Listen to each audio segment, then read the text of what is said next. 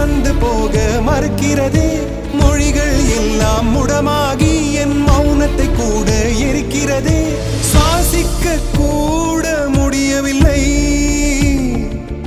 என்னை வாசிக்க மண்ணில் எவருமில்லை. என்னை எனக்கே பிடிக்கவில்லை, காரணம் கேட்டால் தெரியவில்லை. நினைவுகள் நெஞ்சினில் புதைந்ததினால் நெருப்பால் எந்த நெஞ்சை சுடுகின்றேன்.